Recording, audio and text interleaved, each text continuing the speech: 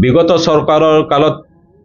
আৰু ৰঙিয়া সমষ্টিত বিধায়কগৰাকীৰ কাৰ্যকালত কিন্তু উন্নয়ন হৈছে ব্যক্তিগতভাৱে আমি শুনিবলৈ পাইছোঁ ভাতকুছিত 18 বিঘা মাটি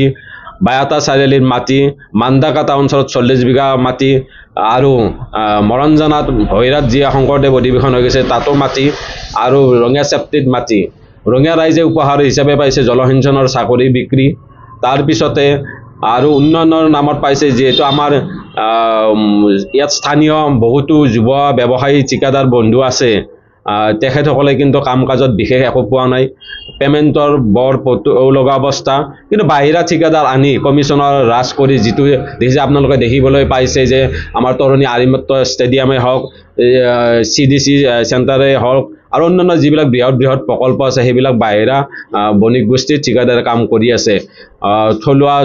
থলুৱাসকলক আগভাগ দিয়াৰ বা তেওঁলোকে সবকা সাথ সবকা বিকাশ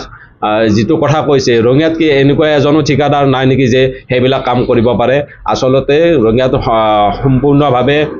কাম কৰিব পৰা আৰু সুন্দৰ কাম কৰিব পৰা বহুতো গণ্যমান্য ঠিকাদাৰ আছে কিন্তু তেওঁলোকক সেই ভাল কামবিলাক ৰঙিয়া সমষ্টিৰ বিধায়কগৰাকীয়ে উপহাৰ নিদিলে আৰু কিয় উপহাৰ নিদিলে সেই ঠিকাদাৰ সকলেও জানে ৰঙিয়া ৰাইজেও জানে গতিকে বিজেপি চৰকাৰ আৰু বিধায়কগৰাকীয়ে যি উন্নয়নৰ কথা কৈছে এই উন্নয়ন মাত্ৰ